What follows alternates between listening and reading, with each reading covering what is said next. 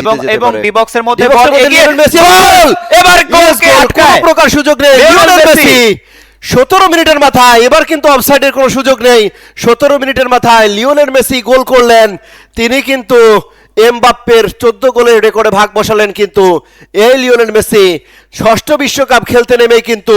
গোলের দেখা পেয়ে গেলেন 17 মিনিটের মাথায় লিওনেল মেসি মাঝ মাঠ থেকে বল টেনে নিয়ে কিন্তু তিনি একেবারে বোকা বানিয়ে দিলেন কোনো সুযোগ ছিল না কোনোভাবেই অপশন ছিল না ডিফেন্স কিন্তু ভেঙে চুরমার করে দিয়েছে আলজেরিয়ার আসল ফল থেকে তৈরি সম্পূর্ণ প্রিজারভেটিভ মুক্ত ফ্রুটিকা পিওর মানে ফ্রুটিকা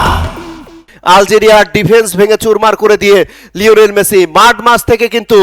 যখন তাকে পাস দেওয়া হলো ডি বক্সের বাইরে থেকে কিক ডি বক্সের বাইরে থেকে অসাধারণ একটি গোল দেখলাম আমরা লিওনেল মেসির তিনি দুর্দান্ত খেলছিলেন ইন্টার মায়ামিতে সেই পারফরম্যান্সই আমি এখানে পুনরাবৃত্তি হতে দেখলাম যে তিনি বল এগিয়ে নিয়ে যাচ্ছিলেন তার প্রথম গোলটি অফসাইডের কারণে বাতিল হলো তার কয়েক মিনিট পরেই তিনি তার নিজের শ্রেষ্ঠত্ব প্রমাণ করে দেখিয়ে দিলেন আর্জেন্টিনার লিওনেল মেসি ফুরিয়ে যাননি তিনি এখনো আছেন তিনি মাঠে আছেন মানেই আর্জেন্টিনার স্বস্তির কথা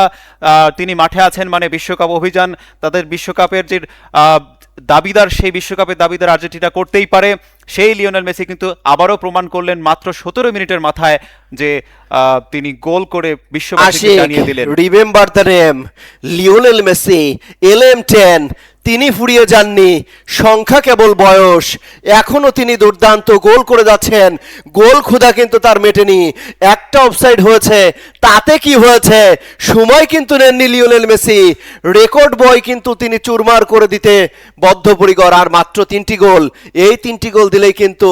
সর্বকালের সর্বোচ্চ বিশ্বকাপের গোলদাতা হিসেবে কিন্তু আবির্ভূত হবেন নাম লিখিয়ে ফেলবেন কিন্তু লিওনেল মেসি